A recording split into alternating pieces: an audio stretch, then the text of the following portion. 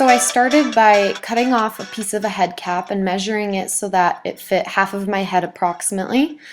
So you're just going to want to put that around your head to make sure it fits, and then start laying down some Prosade on your forehead. Once that's dry, add one more layer. And once that's dry, once again, we're going to stick on that bald cap and make sure that there's no crinkles so that it lays flat against your head, and just pull it back. Make sure it's stuck on there well. Then I would just take some bobby pins and poke a little hole through there, pin it back behind my hair, pin it tightly so that there's no wrinkles once again. So the brain is actually just made out of this mold that I found at the dollar store. I filled it with some silicone, and this is what it looks like. You can use gelatin or other substances if you'd like. So start by applying Prosade all over the bald cap where the brain is going to lie. Once it's dry and you've applied 2 layers, press down the brain and stick it on so it's stuck on there really well. I have another piece here that was the skin flap that I created from this mold that I made. So once again, apply some Prosade and then stick on that flap. Make sure all the edges are down, and then start filling in all the sides and remaining edges with some additional Prosade, followed by some latex. If you feel that's needed, it sometimes helps blend the edges, so sometimes that's useful. Be careful on your eyebrow hairs. You don't want to be tearing anything away, and just make sure to get all those little flaps so they're blended into your skin. Then just take some powder. I'm using the Ben Nye powder here, but you can use any type of powder you'd like. So just powder it to eliminate shininess and tackiness. So I'm using the Skin Illustrator Effects and Basic Skin palette. You can use any other type of paint or cream colors that you would like. I start off by blending in some skin colors from the bottom where the skin flap is, so that blends into my skin tone really well.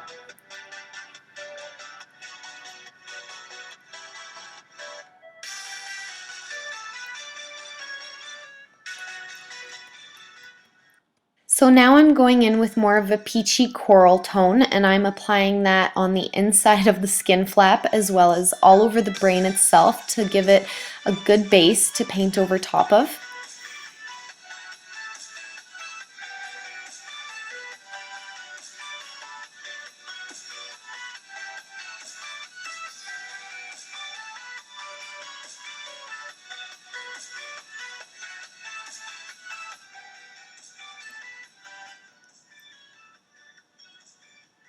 So once that's finished, I'm going in with a blood tone in between all the creases and cracks to add a little bit of depth, as well as some blood color, of course.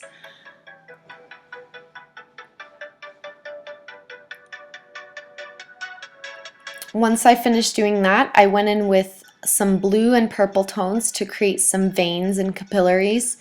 And then I went in with an aged blood tone along the sides of the brain as well as in the deeper crevices of the brain, once again just to add a bit more depth. So I'm using 3rd degree and mixing it with a little bit of blood to give it more of a reddish tone, and just applying it into 3 areas where the skin flaps are.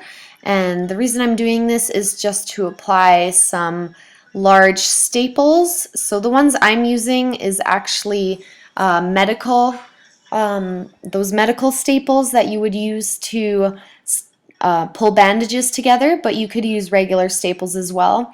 I find 3rd degree works really well for this, but Prosade would probably work just as well. Then I'm going in with some Nye Scab Blood to add some fresh blood look to the brain. So this makes it look nice and juicy. So just add that all over the place, once again into the crevices of the brain, and then following by actual Nye Dark Blood to make it even more drippy. And then I just wrapped some bandage around my head to camouflage the back of this piece so that you couldn't see it. And there we go, insane in the membrane. Thanks for watching, and if you enjoyed this video along with my other videos, make sure to subscribe.